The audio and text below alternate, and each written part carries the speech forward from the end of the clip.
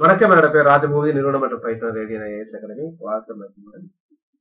So நிறைய aspirants கேட்ட ஒரு டவுட், இந்த குரூப் 4 எக்ஸாமினேஷன் பொது தமிழுக்கு புதிய புத்தகம் படிக்கிறோமா பழைய புத்தகம் படிக்கிறோமா? இங்க பொது அறிவுல பாருங்களேன், பொது அறிவு SSLC ஸ்டாண்டர்ட் அப்படிங்கிறதுனால அந்த குரூப் 2 அல்லது குரூப் 1க்குரிய ஜெனரல் ஸ்டடீஸ் அப்டேட் பண்ணல. இது இங்க அந்த யூனிட் 8, 9 கிடையாது. அது ஜெனரல் ஸ்டடீஸ் டிகிரி ஸ்டாண்டர்ட். இது பழைய ஜெனரல் நாலேஜ், அது பெரிய சிலபஸ் தான். ஓகே, இப்ப நம்ம பொது தமிழுக்கு வருவோம். பொது தமிழ் இந்த பேட்டர்ன்ல பாத்தீங்கன்னா குரூப் 4ல நீங்க பாத்தீங்கன்னா பொது தமிழ்ல எந்த மாற்றமே பண்ணவே இல்லை. குரூப் 2லையும் பாத்தீங்கன்னா பொது தமிழ்ல எந்த மாற்றமும் ஆகவே இல்லை. அதே சிலபஸ் தான் ஏற்கனவே இருந்ததுதான்.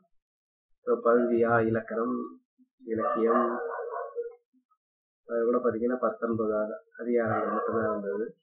அதுக்கப்புறம் தமிழ் அறிஞர்கள், நூலாசிரியர்கள், தமிழ் பொருளும். இப்ப கேள்வி என்ன அப்படின்னா, சார் பழைய புத்தகம் படிக்கணுமா புது புத்தகம் படிக்கணுமா அப்படின்னு இதை பேஸ் பண்ணி உங்களுக்கு பாத்தீங்கன்னா கடைசியா செப்டம்பர் மாசம் நினைக்கிறாங்க. செப்டம்பர்ல குரூப் 4 எக்ஸாமினேஷன் நடந்தது 2019. அப்போ இதே சிலபஸ் தான்.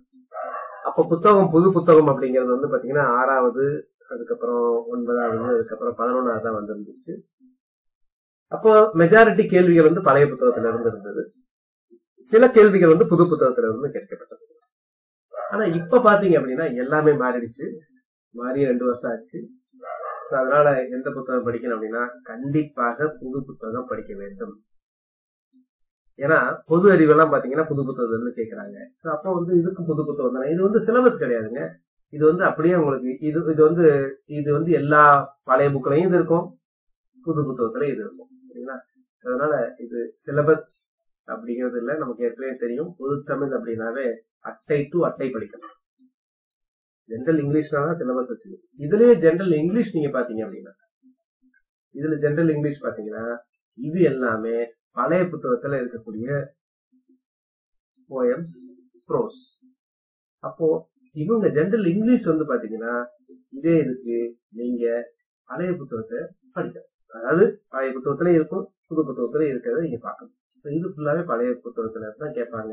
ஏன் அப்படின்னா இங்க ஸ்பெசிபிக்கா என்ன ப்ரோஸ் அப்படின்னு மென்ஷன் பண்ணிருக்காங்க. ஆனா தமிழ்ல அப்படி கிடையாது, ஜெனரல் சிலபஸ். நம்ம எப்பவுமே தமிழுக்கு சிலபஸ் வச்சு யாரும் படிக்கிறது கிடையாது. சரிங்களா? என்டையர் புத்தகத்தை படிக்கணும். அதனால புது புத்தகத்தை கண்டிப்பா படிங்க. புது புத்தகத்தை படிச்சு முடிச்ச உடனே 10வது வரைக்கும் கிடையாதுங்க, 6ல இருந்து 12 வரைக்கும் படிக்கணும். புது புத்தகத்தை முடிச்ச உடனே எக்ஸ்ட்ரா பாயிண்ட்ஸுக்கு பழைய புத்தகங்களையும் படிச்சீங்கன்னா தான் நீங்க ஒரு 95க்கு மேல எடுக்க முடியும், வேலையும் வாங்க முடியும். நன்றி.